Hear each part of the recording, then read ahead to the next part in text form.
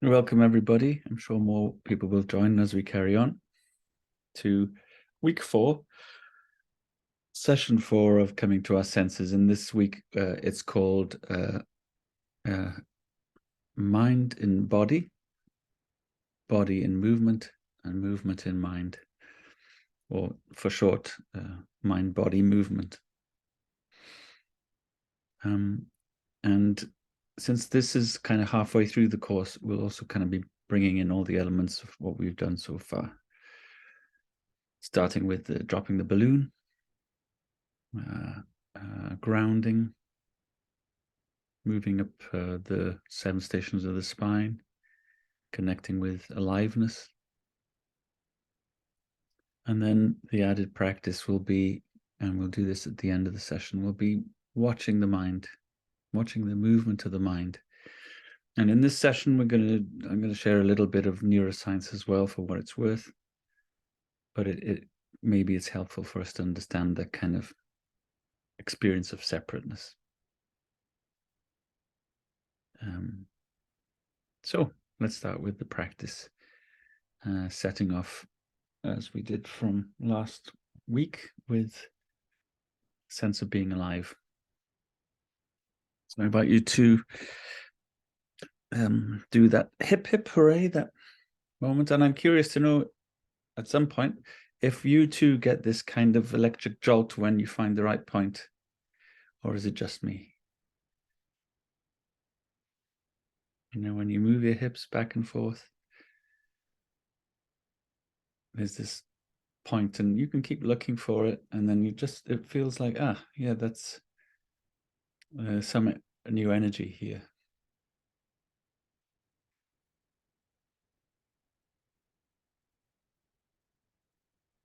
And I invite you to close your eyes.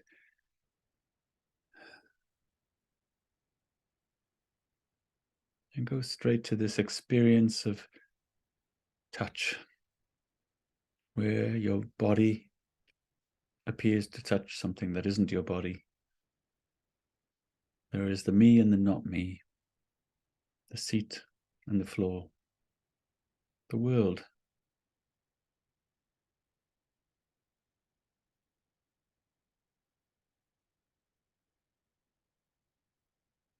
And that world includes the gravity that keeps us on this world. And we can feel it in our body.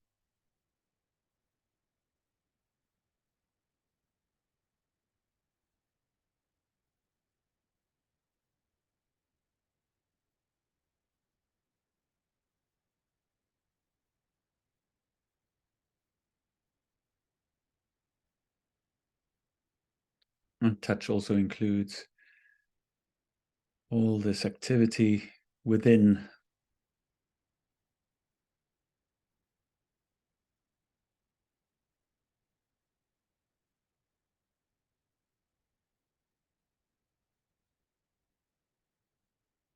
I might call it physiology. The interaction of the nervous system with our flesh, our organs rubbing muscle, bone. This whole assemblage called a body.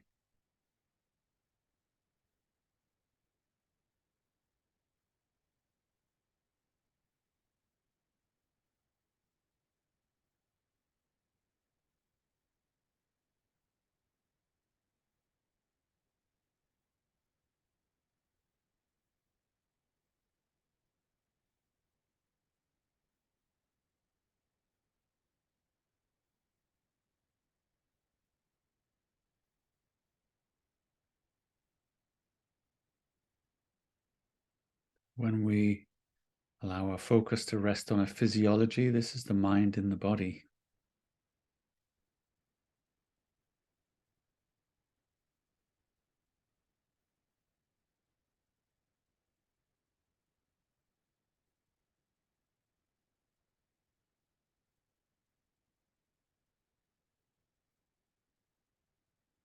We might notice that this body is in movement. The blood in the veins.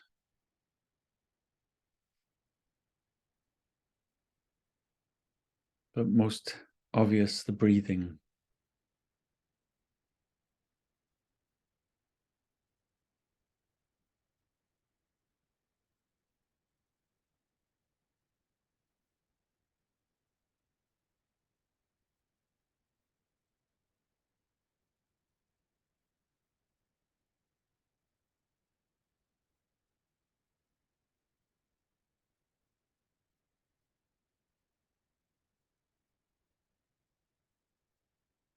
And bringing that curious attention to this experience of breathing.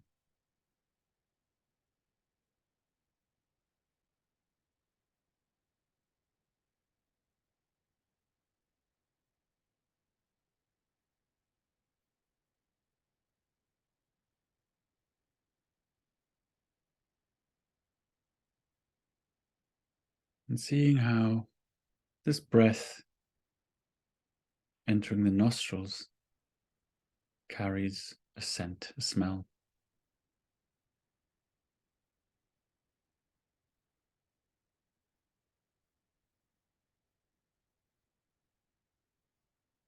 We will find out later when we talk about neuroscience that all the senses on the left side cross over to the right, and all the senses on the right side cross over to the left hemisphere of the brain, except smell. Smells go directly to the base of the brain. Left nostril to left hemisphere, right nostril to right hemisphere.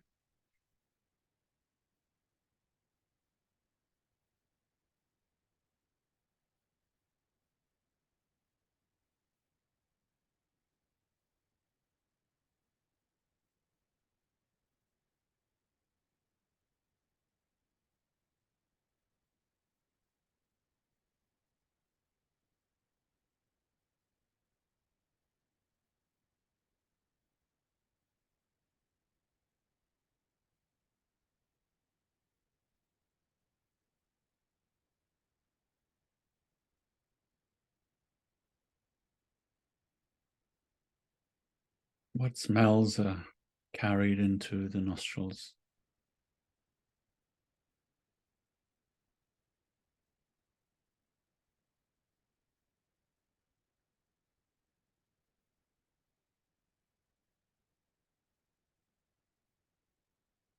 And what tastes remain in the mouth?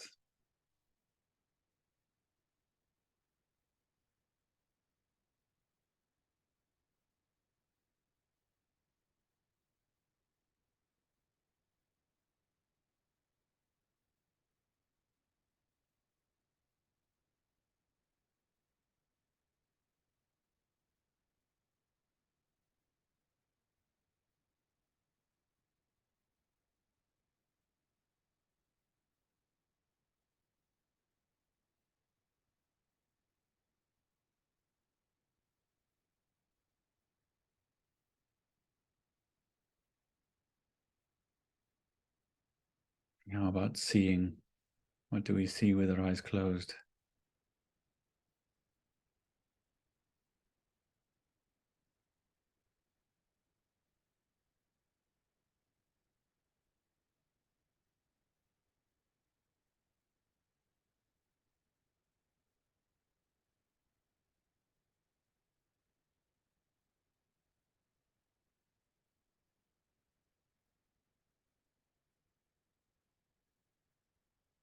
How much of what we see comes from in the mind as opposed to being out there?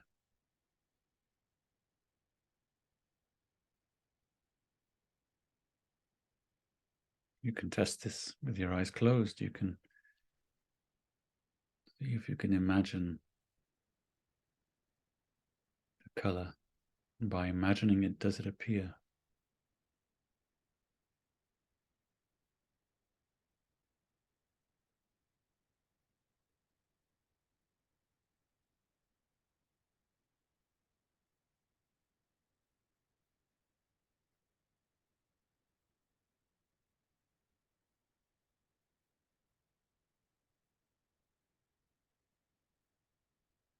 And then there's the sense of hearing.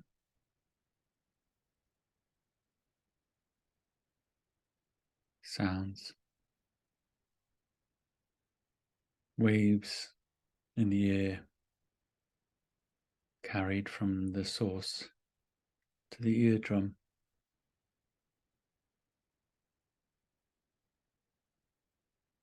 Becoming data for the brain to process.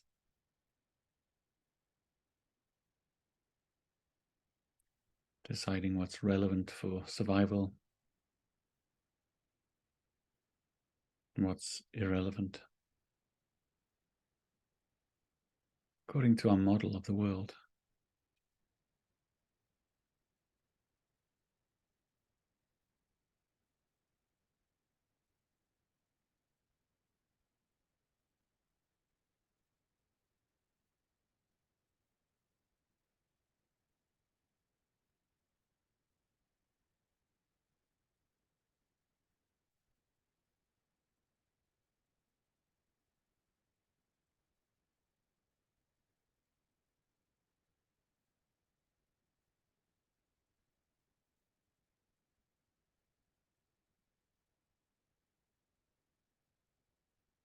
And then we have thoughts,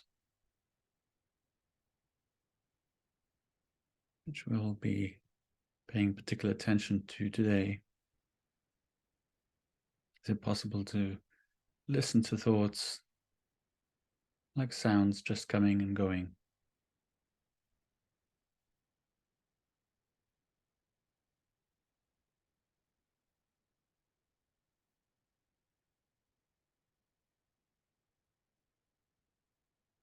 Not easy, not so easy often, because we think we're the author of the thoughts, we're responsible for them. They therefore require a response. And there are some thoughts that have an emotional charge that tend to hijack the system and the physiology.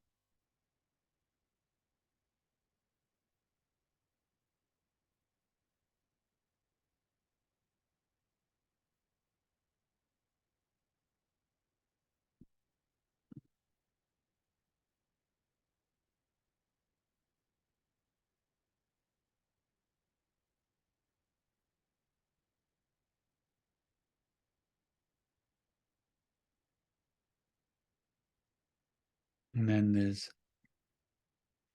emotions or feelings.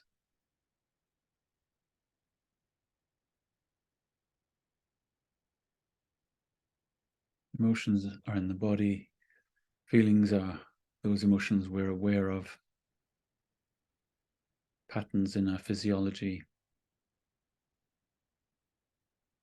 some unconscious, some conscious. And when they're conscious, we call them feelings, and we claim them as our feelings.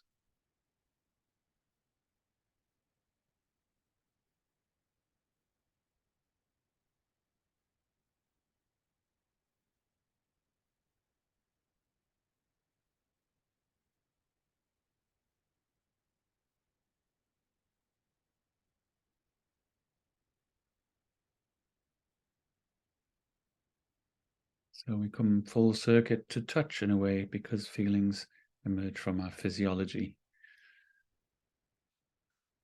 affected by our thoughts, by our attachment to the idea we are this body.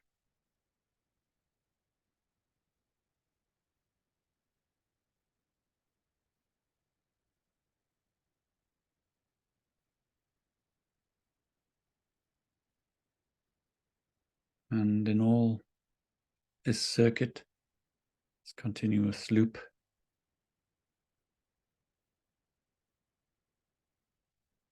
between our physiology feeding data to the brain, feelings, thoughts,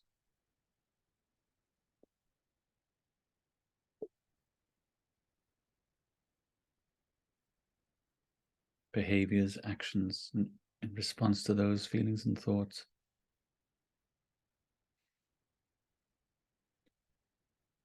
In turn, changing our physiology and the behaviors of others with whom we're in relation, also affecting our physiology. And so this infinite loop, this Mobius strip, continuous play, which tend to occupy us so that we don't see the wider context, the aliveness, the sense of aliveness in which all of this is emerging.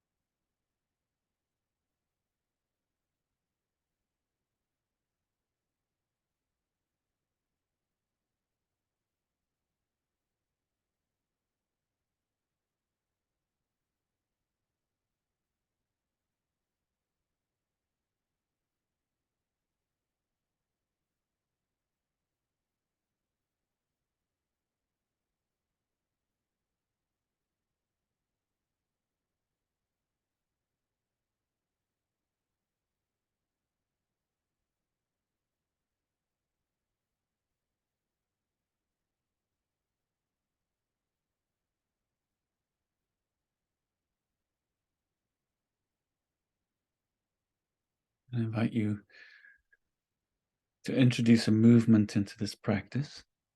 You might remember from the workshop when we rehearsed the first movement, you can do this just sitting in your chair. You start with the head down. If you remember, the heart is made in the heart, the face is made in the heart, in the womb. And then it comes up and the arms come out. And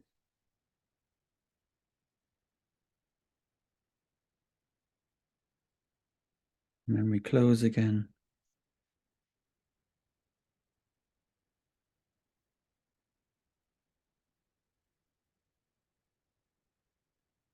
The mind is in the body. The body is in movement.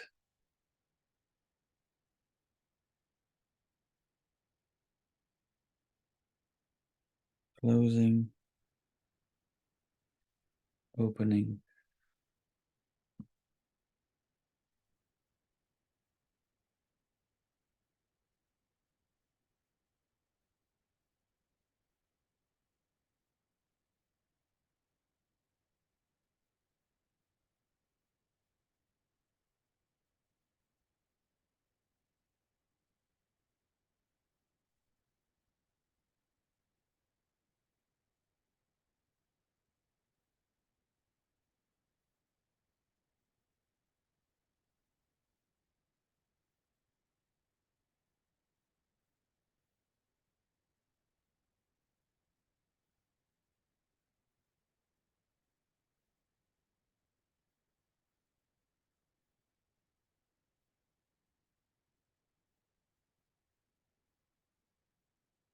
Opening to the sense of being alive. And also closing.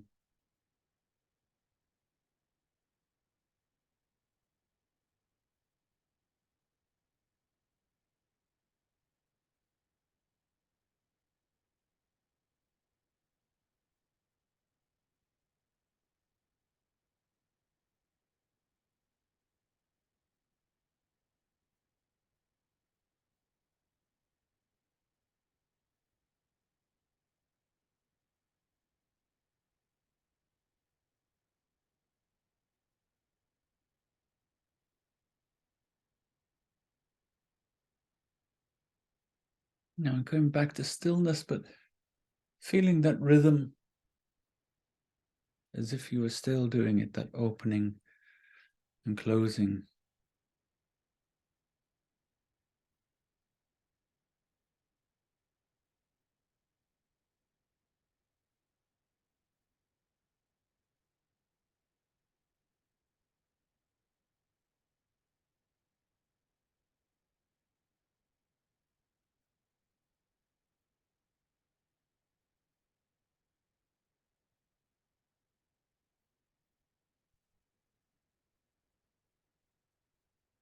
Taking a few deeper breaths.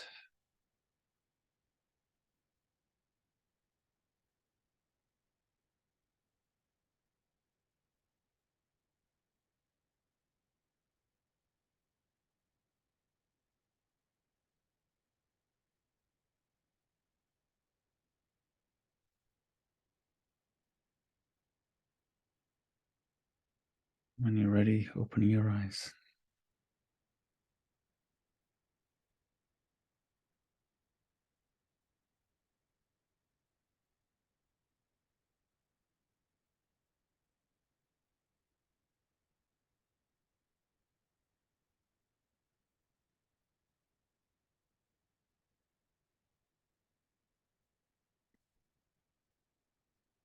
Welcome, Tatiana. Sorry if you were in the waiting room for a while.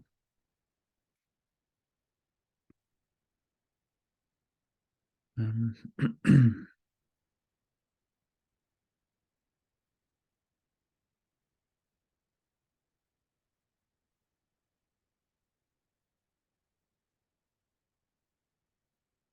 going to share the screen now. Oh, actually, I won't. What I'll do, I'll invite you actually to share anything you want to say about the last week, the practice, of which there was the 3 precious pills and also the sense of being alive guided meditation, if any of you did that. How's it been?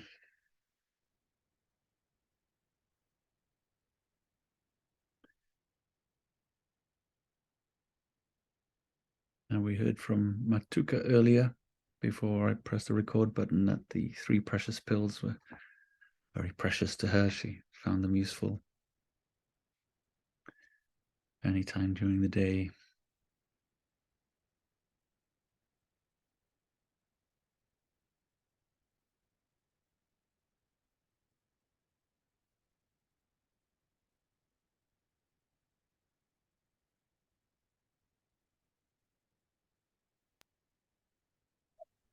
I would like to say,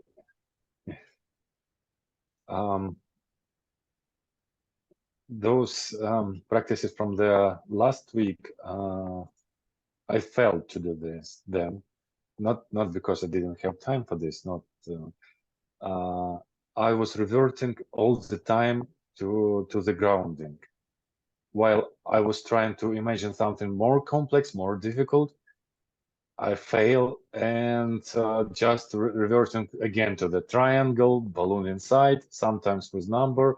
So once I release that triangle or the balloon, my thoughts were immediately somewhere out of space, and I just stopped focusing on the practice itself. So my focus is not good enough yet. Okay, that's great. It's really good that, you know, that this is all about choosing what works for you and skillfully making those choices. So they can use work actually both of them. It's not the, if I fail with one of them, it doesn't mean that the whole workshop doesn't work for me. No, absolutely not. No, what I'm doing, if you remember, is providing different roads in. Yeah. Paths in. For some people, focusing on the breath just doesn't work. So, you know, it's just trying to give you different options. And maybe, you know, later on, when you feel your focus is, that muscle is trained better, then you can start trying other things. Good. Let me then translate now what we just discussed. Yeah.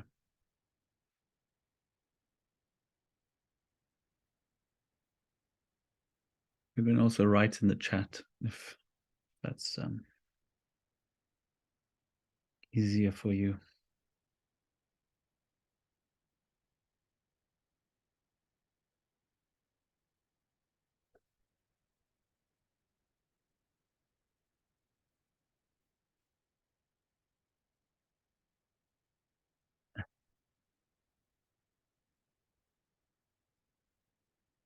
Maya Tita is saying, I am Zen.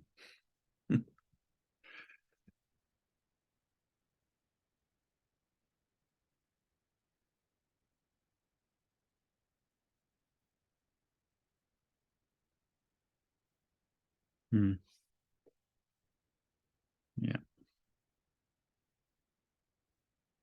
Sorry to take you out of it, brother.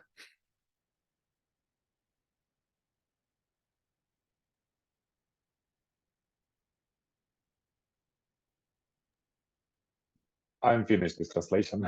Okay, good. So let's go back to this slideshow that I prepared for you.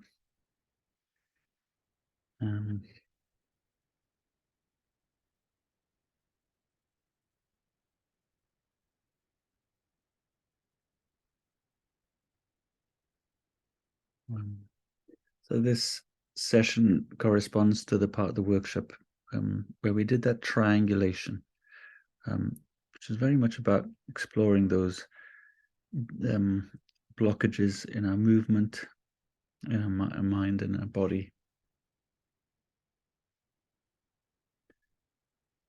And in that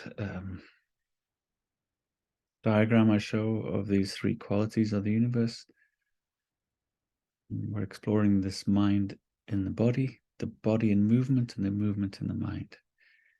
So part of any mindfulness course also introduces this idea that we don't have to be still to be mindful. We can integrate it into movements in our daily life, yoga or qigong as an example, but it could simply be just walking. But what you'll find is that you can't have movement in the mind and the mind in the body. When there's movement in the mind, it's left the body. So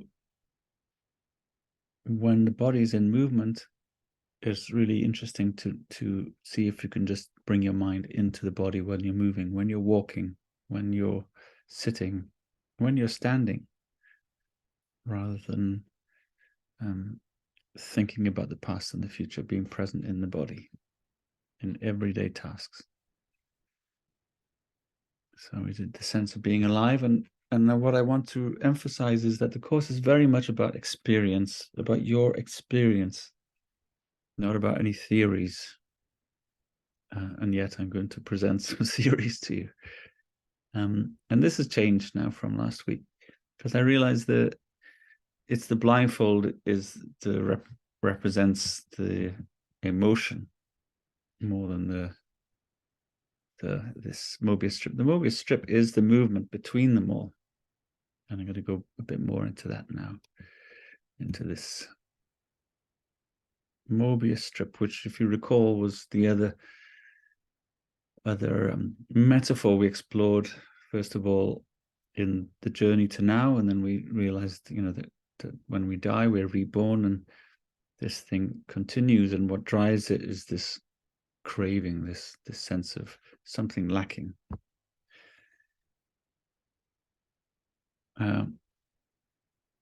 And it's time to talk about the elephant in the room. And I like this cartoon because this elephant is not often, in other words, when people are studying psychology, you find like 60% of the people studying psychology have some mental health issues or some problems. And that's why they go and study psychology. And I apologize to any psychologists out there.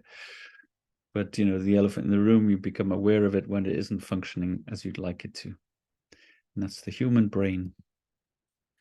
The human brain is hugely overvalued, overestimated. On the right, you see a headless chicken called Mike, who lived for 18 months without a head. He was fed with a little pipette, but he died when it was a part of a circus act. And when he died, when the circus moved on and they forgot the pipette and they couldn't feed him. Otherwise, he would have lived, I don't know how long. He didn't need most of his brain to function. On your left is a man who 2007, I think it was, was feeling a bit numb in his left arm. So he went to the hospital and had a brain scan, and they found out that he was missing 90% of his brain and had all his life. And yet nobody would have noticed through his behavior. His IQ was just slightly below average. So you can see that this fantastic apparatus in our head is not really essential to our functioning in some ways, especially if you're born like that, because the brain is incredibly plastic, especially when we're young. It's constantly rewiring and changing. And it's separated in different ways. So you have the bottom, the primitive brain, and the top, the neocortex. And the bottom is very much what allowed the chicken to still be alive. It's about survival. It keeps us breathing, the heart pumping in the cerebellum. And all the stress responses stem from here. And then we have the back to front. The back is all about perceiving, and the front is about filtering and acting. And then you have the left and right. So there's a lot of debate about these two hemispheres and how they're different. And we'll go a bit more into that. But basically, the left hemisphere, which controls the right of the body, is the predator. And the right hemisphere is the prey. So if you think of the left as the hunter that targets in on details, and the right as the one hemisphere is the one that has this 360 awareness, general awareness of our surroundings, and is scanning for threat. So it controls the left eye. If you walk up to a chicken, for instance, that has its head, you'll notice that it turns its head and looks at you with its left eye, because it's scanning you for threat. It's always looking out for the new. And so we have this movement, this Mobius strip in the brain. Between the top and the bottom, it's saying, I decided to do that. Well, this is an interesting thing, because often our actions are unconscious. I pick up this glass of water because I'm thirsty, and I drink it. And then my brain says, I decided to do that. And then it reverses the time, so that it appears that I thought, I will drink this water. And then I act. So it kind of plays with our sense of time. And the back to front is, this, we perceive things, we decide with the prefrontal cortex what to do about those things. So there's this sense of I see, I hear, I feel that. So this all happens right in the deep center of the brain, this meeting ourselves, coming the other way. And so there's this sense of distance, but also intimacy. And then the left and right is very much, the left is very much about the things we know, and the right about the things we don't know. And as they pass the center, there's this feeling of I know this or I don't know that. Okay, so it's not really the strip is a two-dimensional thing, but it's more like a torus, this movement, this constant movement in the brain. And it has an effect over time, because the brain isn't actually that symmetrical. It's more like that.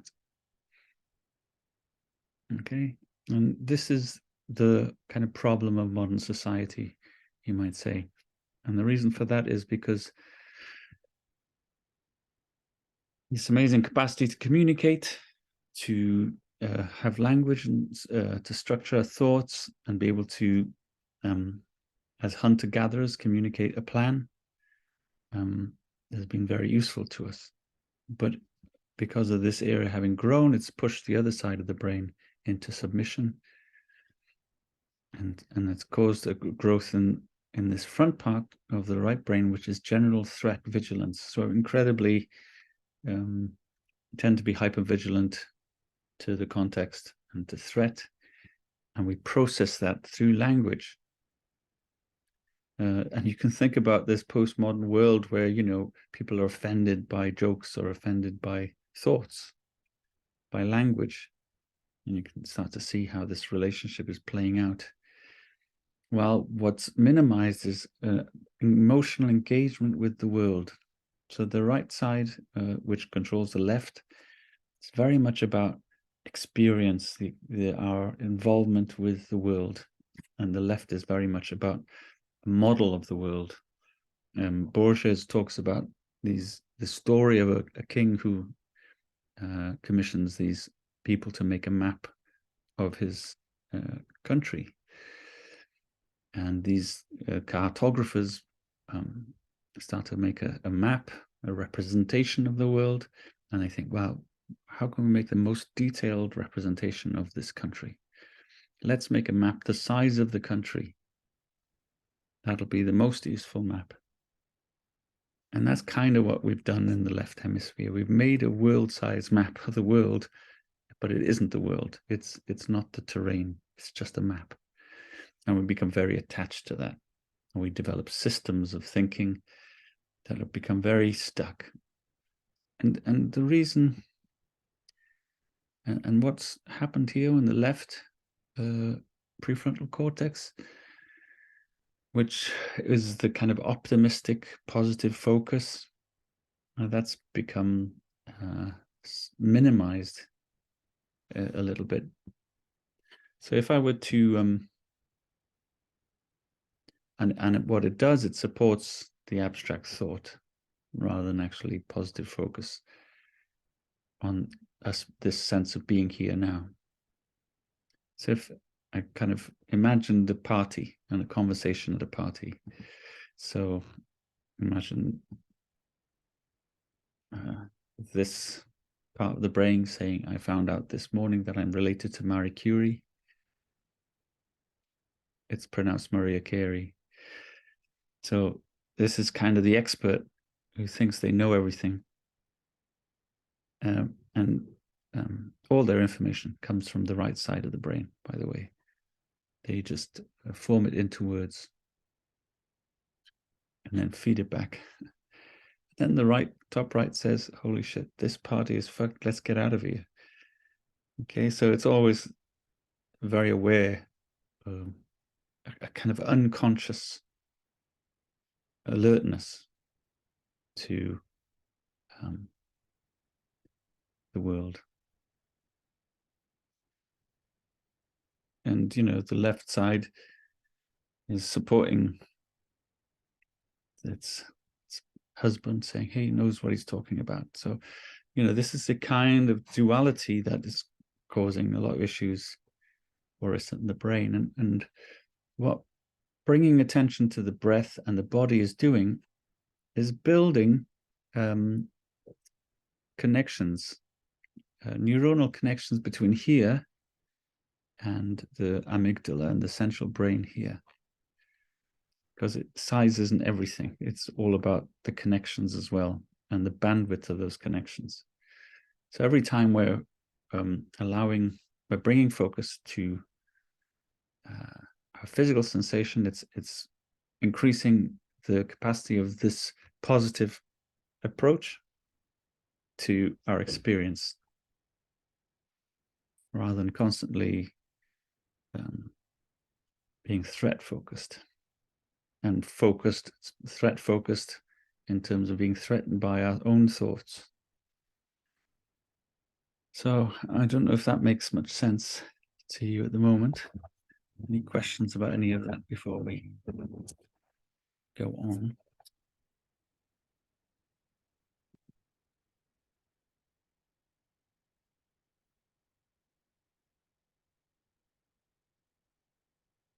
I mean, a lot of this is metaphorical, but the science is there as well in terms of the relationships between these parts of the brains and how somehow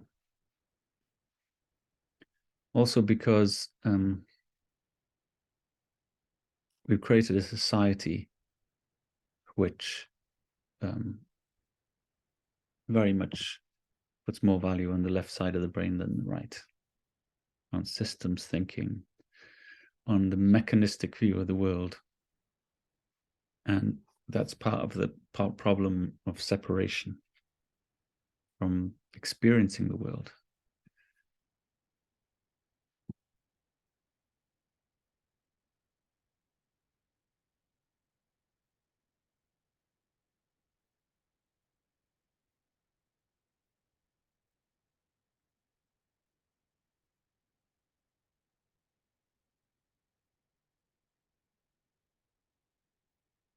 Just pausing there to see if there's any reflection on any of that, or you can say that sounds like rubbish, and that's fine too.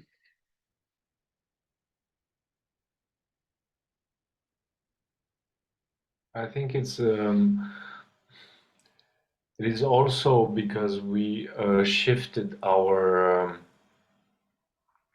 focus as a society from experience to abstract experience, because I was blown away these days. We experienced a conversation with the AI. I don't know if you know the Chat GPT, and we got introduced to that, and it's crazy. I mean, it's literally crazy to have a conversation with that synthesizer. Actually, it synthesizes all the information on the internet and gives you back. And we were talking about this with Matuka, because she was putting questions, asking the AI about her PhD, and the AI was giving like relevant information with studies, with everything. And I said, fuck, you could write your PhD with this, like literally write it. And you can see the benefits of it. Like, I mean, it filters a huge volume of information and gives it back to you, but it also completely cuts your effort of thinking. So you don't have to read the books anymore. You don't have to do. I was just imagining all the essays written now by AI for thousands and millions of students all across the world, who will never read those textbooks, who will never read those books again, because they will just write in the chat. And it is a shift. And I think this will also modify. This is a really interesting picture, the one with the brain that is actually not symmetric, but it's shifted. And I think this will evolve even more, because we will start focusing on more abstract and more abstract. And human relationship, the single most valuable thing that we have basically as communities, that would be is going to be a theory in a couple of years. I feel it like it's going to be a theory. So wow, it's such an amazing shift. I was literally shocked when I started conversating with that, because it was answering me. It remembers everything that you say. And I said, okay, so this will change everything. A lot. What's interesting about ChatGPT and why that the Boca region and the whole language area loves it is because it's so good at syntax. Actually, truth is not of value to it, correctness. It's just incredibly convincing text, but it's not based on, it's based on very limited information. So there's professors in universities getting people contacting them saying, can you send me this paper? Well, the paper doesn't exist. It's just been presented by ChatGPT as existing. So it's a really good analogy of the left part of the brain, because it's presented a model of the world that is so convincing that is not even based on, it's very partial information. The Google have a version called Bard, and on this promotion video, it shows the person putting a question in, and it answers it incorrectly. And Bard, Google shares dropped, lost billions just because of that mistake. But it's so convincing, and the left doesn't tolerate ambiguity, and the right is all about ambiguity. It's all about uncertainty, unknowing, and it has no voice. It has no voice in our modern society. And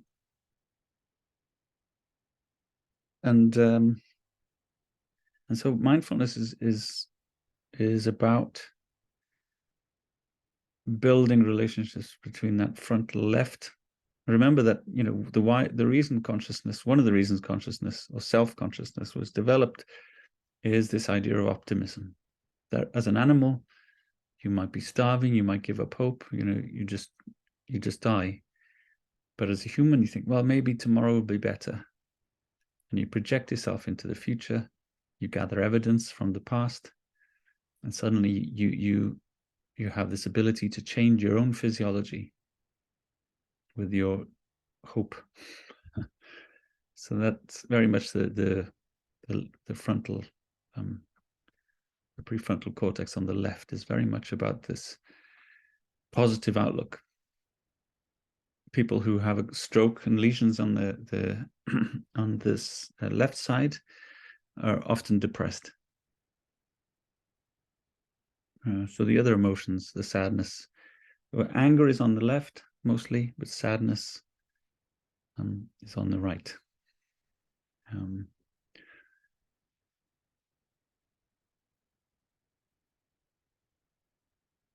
That's it. You have over optimism about this arrogance of thought, which is causing the problems we have in the world at the moment, where the map, and that includes like nation states, systems, technology, we have too much confidence in them. We don't, I think we don't have the exercise to question everything anymore. We're losing this because all the information is already digested, the opinions are already made, and you just swallow, basically you swallow the narrative that is trendy. But you don't have people don't even have the exercise of checking multiple sources. I mean, they usually just, oh, it's on the internet, I'm gonna take it. I'm just gonna take it. Yeah, but it's also it's called soft despotism, where there's just so many laws, little laws, that control our everyday behavior. So many systems that we're told that we should be following. That, you know, just the sense of being alive, which is felt on the right, but we can't really articulate. You know, the mystery of this experience is kind of suppressed.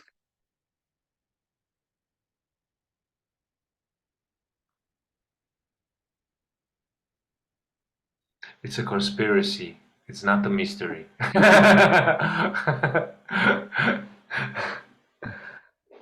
Yeah, it's. Are there studies about mindfulness helping us to create balance between the hemispheres. Yes, the corpus callosum, which is the structure that connects the two at the bottom, Mhm. increases in size with mindfulness practitioners.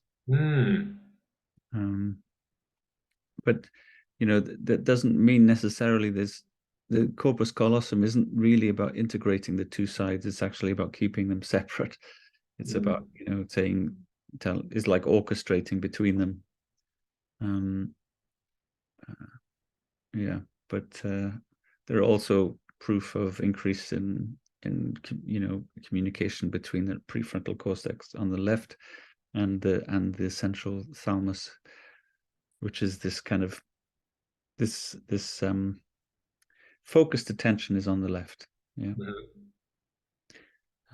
So learning to focus your attention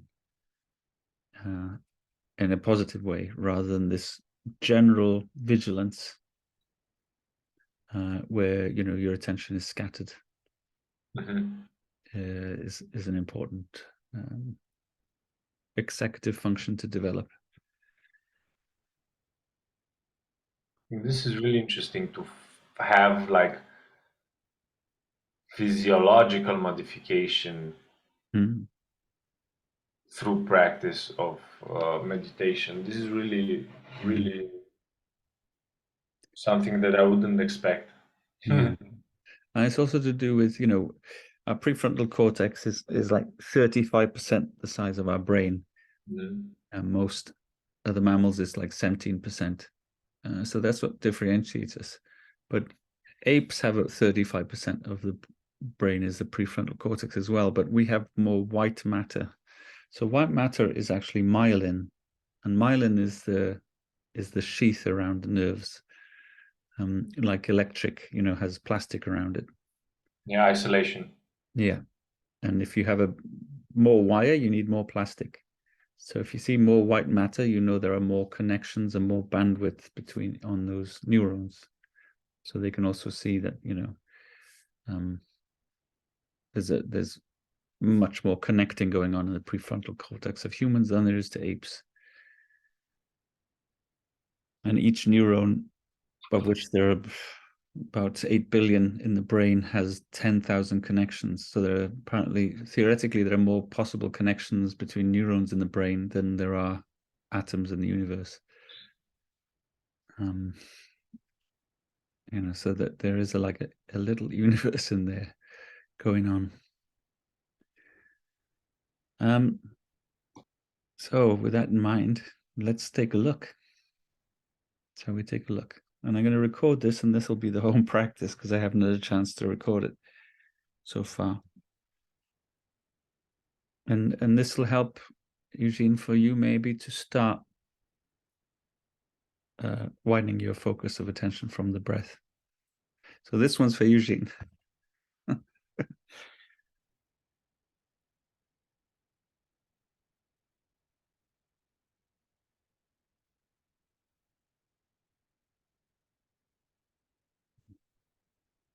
Okay.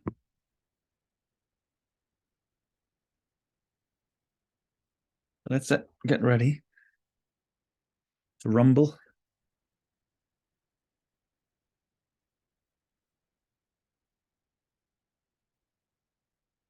Moving our hips. So we find that center, that strong base. Feet on the floor, hands on your knees or on your lap.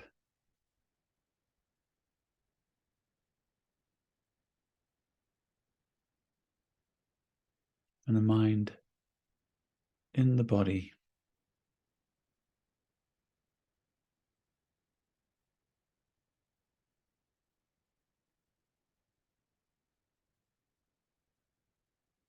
Connecting with the lower part of the body.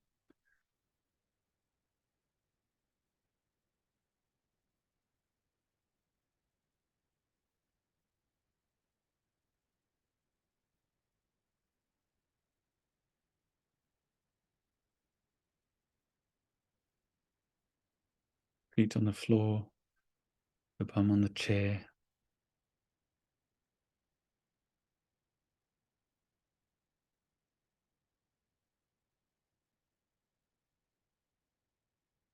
And really bringing this curiosity into the attention to see what's here for you right now.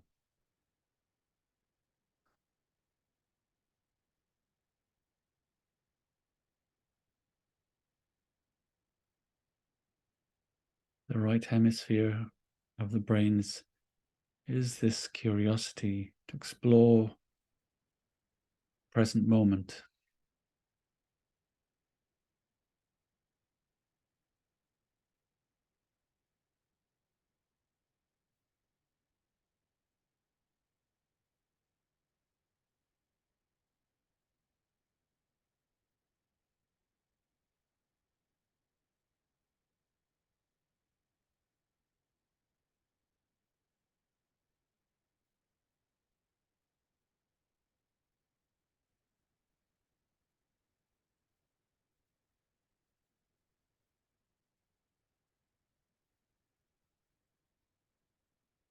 There might be this process of evaluation happening for threat as well, but this is where the left prefrontal cortex can come in to invite us not to be judgmental, but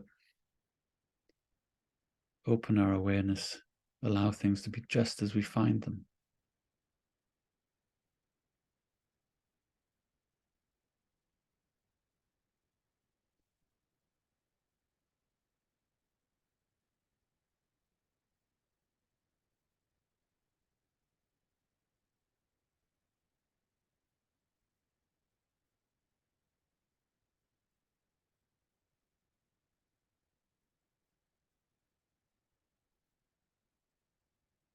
Just how we find them, what's here for us right now in sensations, patterns of sensations arising in our physiology,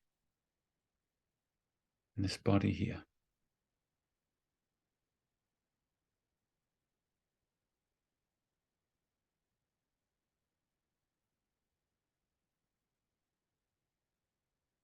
In a lot of theory, a lot of thinking in your day. Thought always thinks it has the answer, knows how to fix things. We're inviting that process to rest and just simply rest in this, let the mind rest in this body as it is, without needing to fix anything.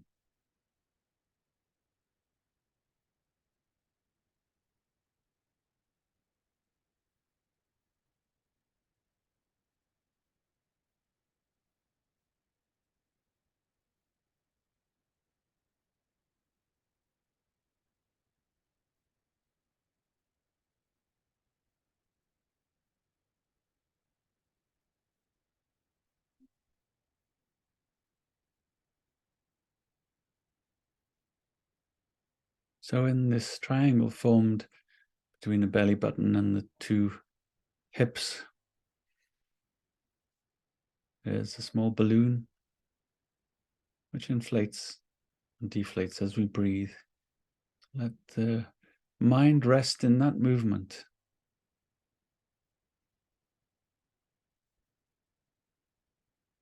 In some ways, it's an imaginary movement. We don't really have a balloon there. It's the diaphragm contracting and relaxing, opening the lungs.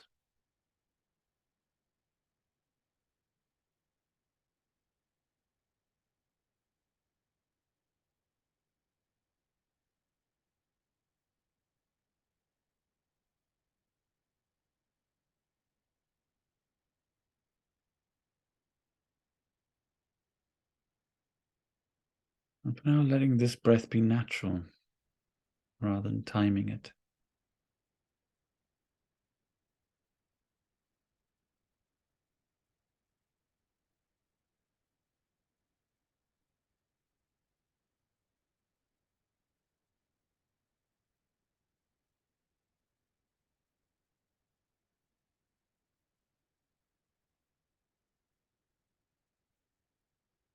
As we spoke about last week, the breath,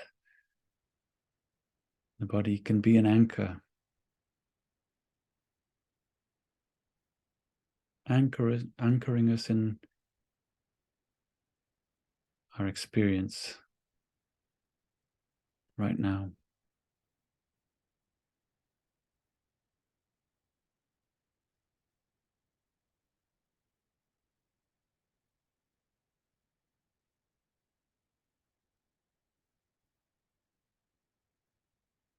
And you might feel the pull of the mind to go into thinking.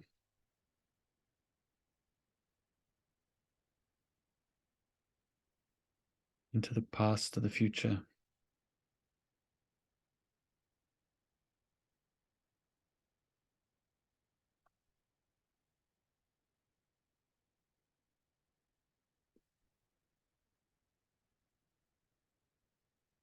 And in this practice, we're going to allow it to do that a little bit. So we only focus on the out-breath. So the out-breath keeps the time, keeps the mind coming back into the body, into the movement of that body. And then on the in-breath, you can just let go of the anchor, like training a horse. We don't, we have to let it run a little bit, then bring it back in.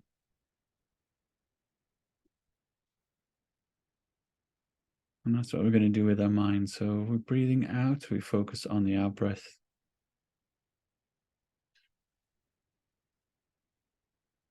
And as we breathe in, just letting go of the breath and just noticing where our mind wants to go.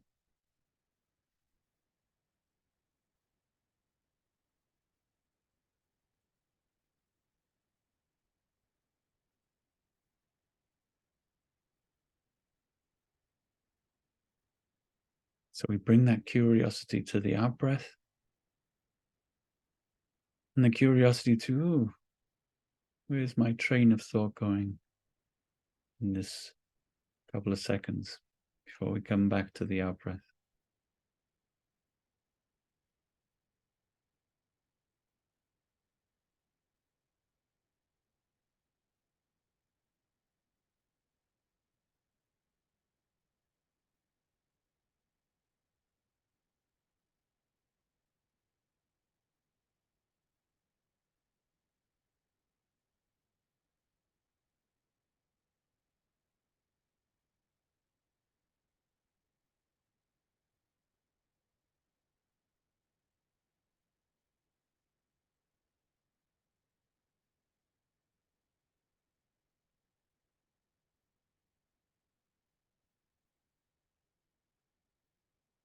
And almost inevitably, you'll forget the out-breath. When you notice that, a great opportunity to practice bringing the attention back to the out-breath, the in-breath, and the out-breath, sorry. Mind runs, we forget to bring it back, and then we remember, bring it back to the out-breath.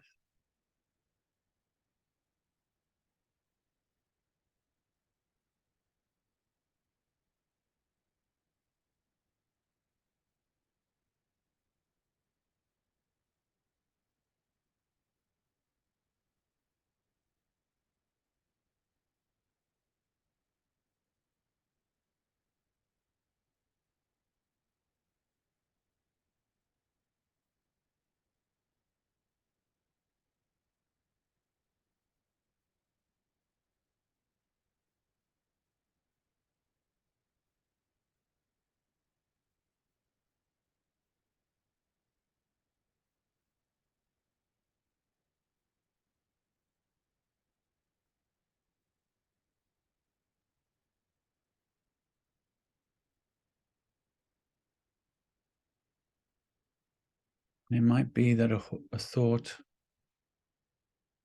that has some kind of emotional charge, and a lot do, a lot think they're facts.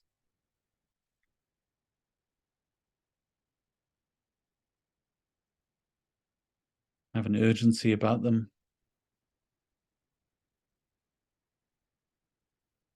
Kidnap you for a while.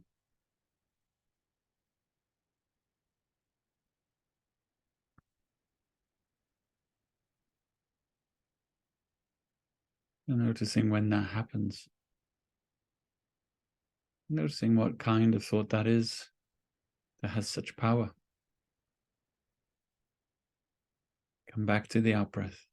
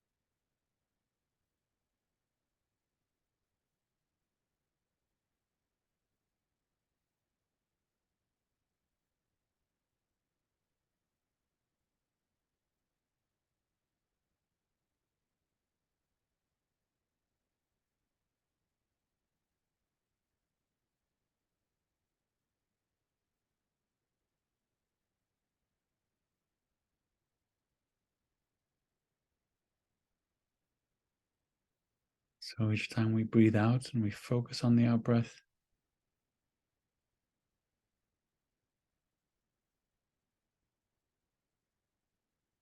ground ourselves, body in this moment.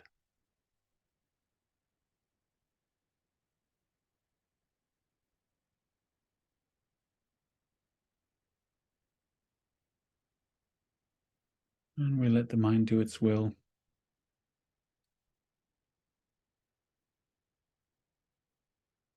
And then we can start to see the nature of our mind.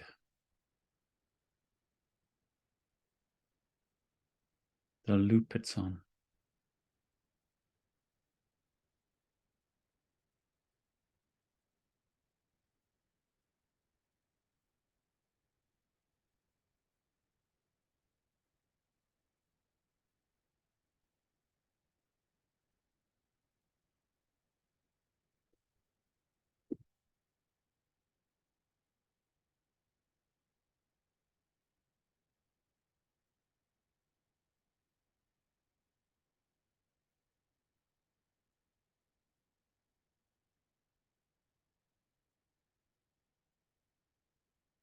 And the mental events need not be thoughts. They could be any kind of mental activity.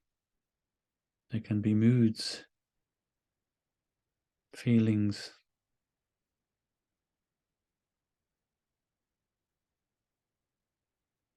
things that occupy our conscious.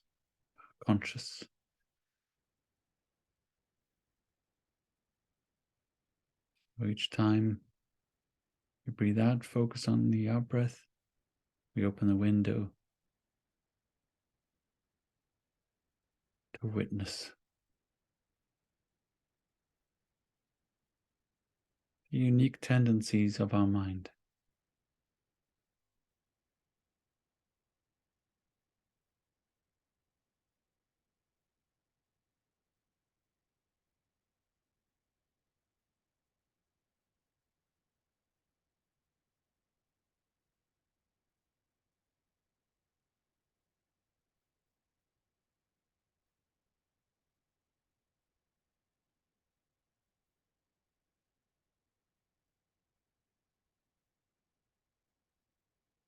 Here we are alternating between mind in body, body in movement, and movement in mind.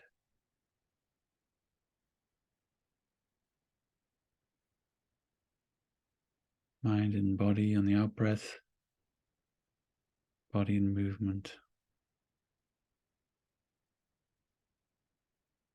Then on the in breath, witnessing the movement in the mind.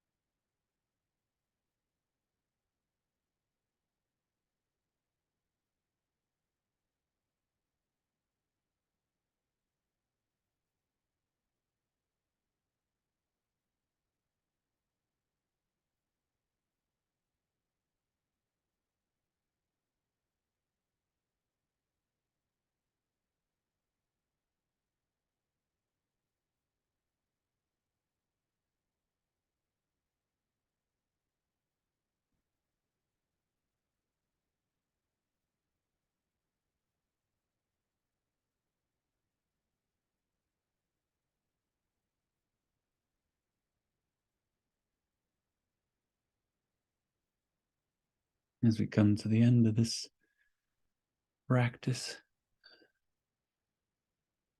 seeing if you can notice this movement in the mind, which often can only happen when the mind is in the body.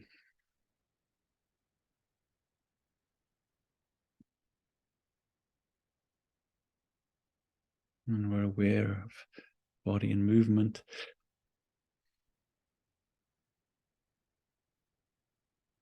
And it helps us ground ourselves so that we can witness this movement in the mind. In your own time, stretching.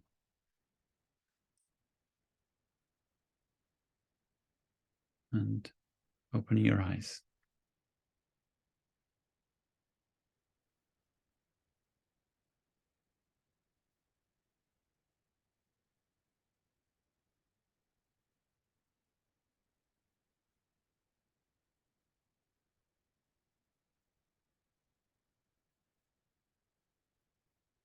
So my daughter decided to play the piano and fill the bath in the middle of this recorded meditation. So I'll probably have to do it again. But how was that? What was that like? To let go of the rope a little bit and see where the mind goes before pulling it back.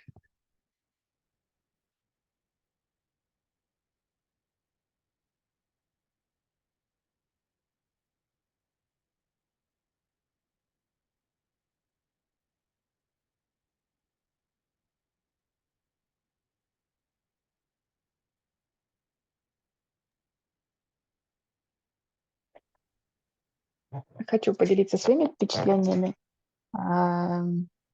Я могла ощущать свой мозг только тогда, когда я очень громко выдыхала. В противном случае мысли мои опять улетали. My experience was that I was able to experience, to see what's inside of my thoughts and brain only when I did a very loud breathe out. Otherwise, all my thoughts were just running away. So you had to it's like almost like sigh, we say. Yeah. This where you have this word sigh, so breathing out.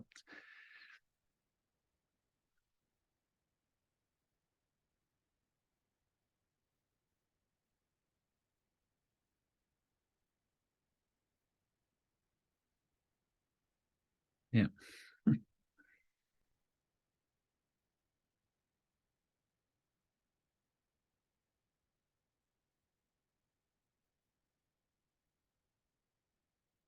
Of course, our thoughts don't like to be interrupted, do they? And that's kind of like what this does. It interrupts the flow of thought so that we can actually start to examine those thoughts.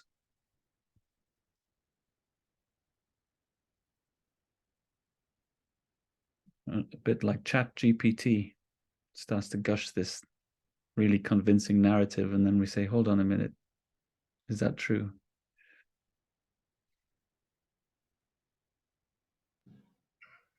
This is the first time I tried this kind of focus on the outer breath and just split it in two. And it was quite pleasant. I mean, it was like somehow it gives me the opportunity to rest. And I honestly thought it went by really quick, and I wish it was longer. But I received a lot of energy. It's like getting back something that's it's like switching off some lights in the house and you have more energy. I don't know how to explain it, but it's really resting. So after this long day, this is the second session. So after the first session, I was really still, and I had really joyful mood after the session. I was really happy after the first meditation, and now I feel like a lot of energy is coming back to me. It's like a breathing after a long time again. Like, oh, it's so good to rest. I don't know how to explain it. It's a really beautiful sensation. I really enjoy this meditation now. I feel like staying in this space for a while is really nice.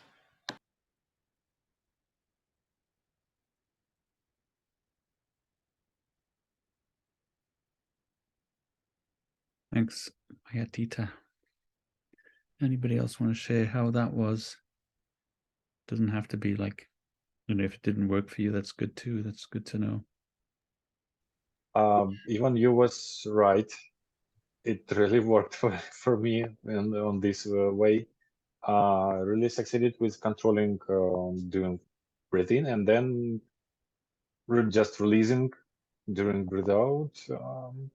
Actually, it came back almost by itself during next breathe in. It was something like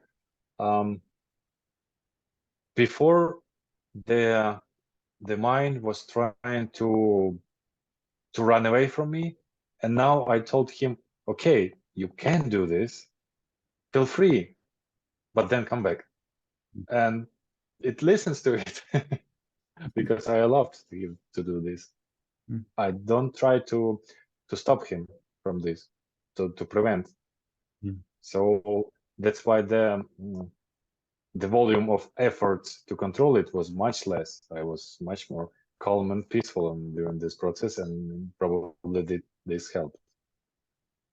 And you were translating, that's good.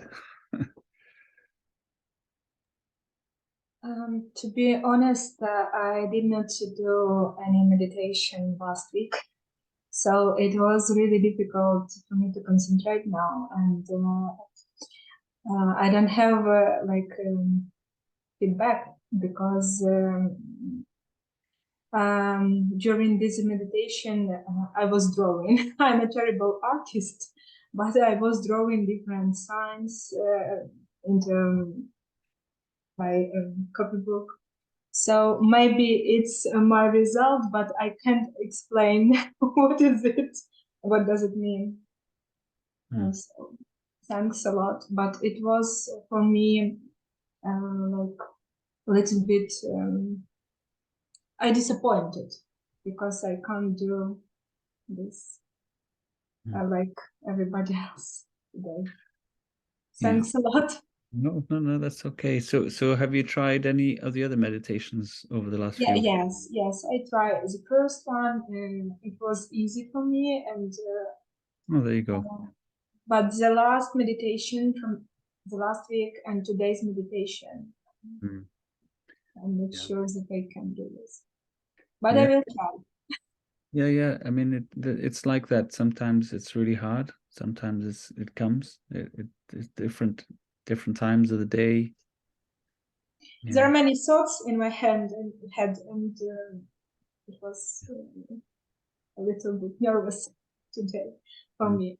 But I think it's only because of my what, I don't know how to explain, because of my thoughts, because of my состояние. I forgot this word. Again, maybe you will help me. Helen, I would like to add also that in the very beginning of this fourth session, I basically said the same. I failed all those meditation except of the very first one.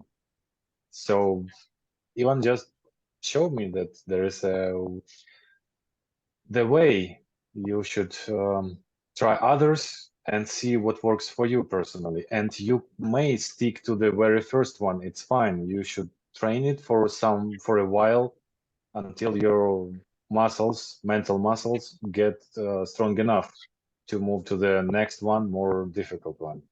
Yes, I see. It's like a habit. It's like a sport.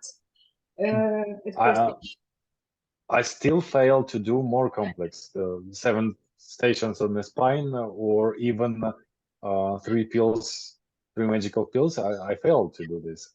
For me, works only the grounding and dropping the balloon. I like it a lot.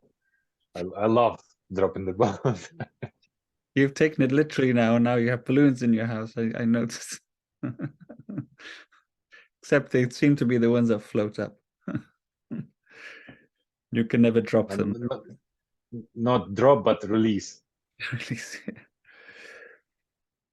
Okay, so it's 6:30 here, 9:30 there, I think. No, 8:30, yeah. So thanks so much, everybody. Next week, we're looking at emotions. And that Наступного тижня corresponds with the the exercise with the tape, if you remember. Okay. Nice to see you all.